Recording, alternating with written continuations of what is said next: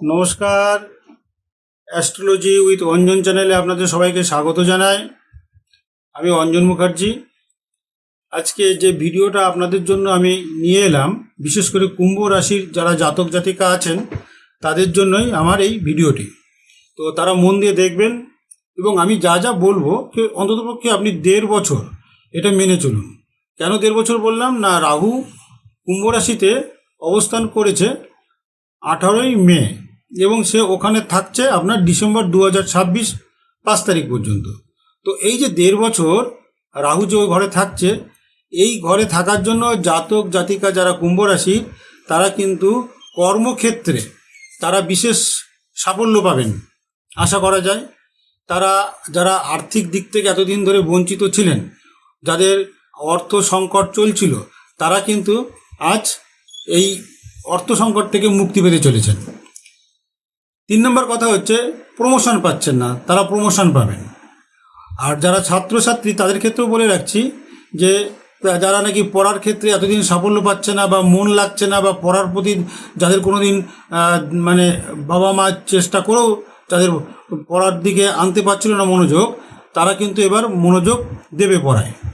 তো রাহু নাকি অনেক সময় বাধা সৃষ্টি করে, কিন্তু এখানে বাধা সৃষ্টি করার কোনো জায়গাই নেই, কারণ রাহু নিজেই কিন্তু ওই কুম্ভ রাশিতে সে সন্তুষ্টভাবে থাকে, ওই ঘরটাই তার কমফর্টেবল ঘর। তো আপনি কি করবেন না, সৎ পথে থাকবেন, বিহেভ আপনার খুব ভালো হওয়া উচিত, সৎ আচরণ করবেন, আপনার ভাষার সংযম থাকা দরকার, মিষ্টভাষী হবেন, নম্র থাকবেন, তাহলে দেখবেন কিন্তু আপনার জীবনের সফলতা কিন্তু অতি সহজেই এসে যাবে। আর আরেকটা কথা বলে রাখি, যদি যারা নাকি প্রেমিক প্রেমিকা এতদিন ধরে প্রেম পর্ব করে আসছেন অথচ বিবাহ বন্ধনে আবদ্ধ হননি, তারা কিন্তু বিবাহ বন্ধনে এবার আবদ্ধ হতে চলেছেন। তবে একটা কথা বলে রাখি, এখানে কিন্তু আপনার মুখের ভাষা যদি সংযত না থাকে, আপনি যদি অসৎ আচরণ করেন, তাহলে কিন্তু আপনার কাছের মানুষটি কিন্তু আপনার থেকে দূরে সরে যাবে। তা এটা আপনি মনে রাখবেন। তো সেক্ষেত্রে কিন্তু আমি যা যা বলেছি সেইগুলো মনে রেখে সেইভাবে বিহেভ করুন, চলুন, দেখবেন জীবনে সাফল্য অবশ্যই আসবে। আর আরেকটা কথা, সিংহ লগ্ন যাদের তারা তো কুম্ভ রাশির উল্টো দিকে আছেন, তো সেক্ষেত্রে ওখানে কেতুর অবস্থান, তাদের ক্ষেত্রেও কিন্তু ফলটা আরও মারাত্মকভাবে এসে ধরা দেবে। আর অজানা কোনো কারণে কিন্তু দেখবেন আপনাদের রোগ, কোনো দীর্ঘদিনের কোনো রোগ থেকে আপনারা মুক্তি পেয়েছেন। কেন পেয়েছেন, কী কারণে পেয়েছেন, সেটা পরে আলোচ্য বিষয়, সেটা আমি পরে বলবো। আর একটা কথা বলি যে আপনাদের ব্যবসায়িক ক্ষেত্রে যারা যুক্ত আছেন, তারা কিন্তু এবার যদি নাকি আপনারা শেয়ার বাজারে যদি কোনো লটারি বা শেয়ার বাজারে যদি কোনো কিছু বিনিয়োগ করে থাকেন, তাহলে কিন্তু আপনারা লাভবান হচ্ছেন।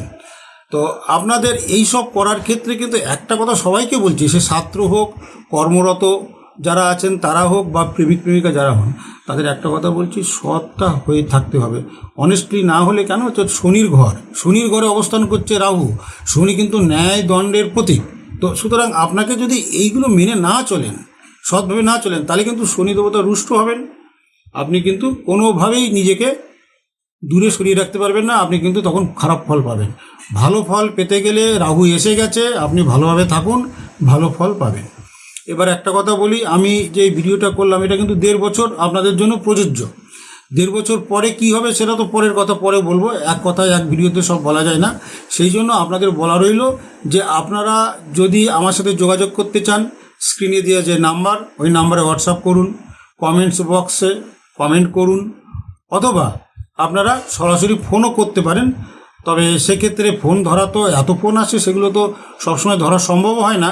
সুতরাং হোয়াটসঅ্যাপ করলে কি হয়, পরবর্তীকালে আমি ওটা দেখে হয়তো আপনাদের উত্তর দিলাম, যোগাযোগ করলাম। তো আজ এইটুকুই, পরবর্তী এপিসোড আপনারা অপেক্ষা করুন। নমস্কার।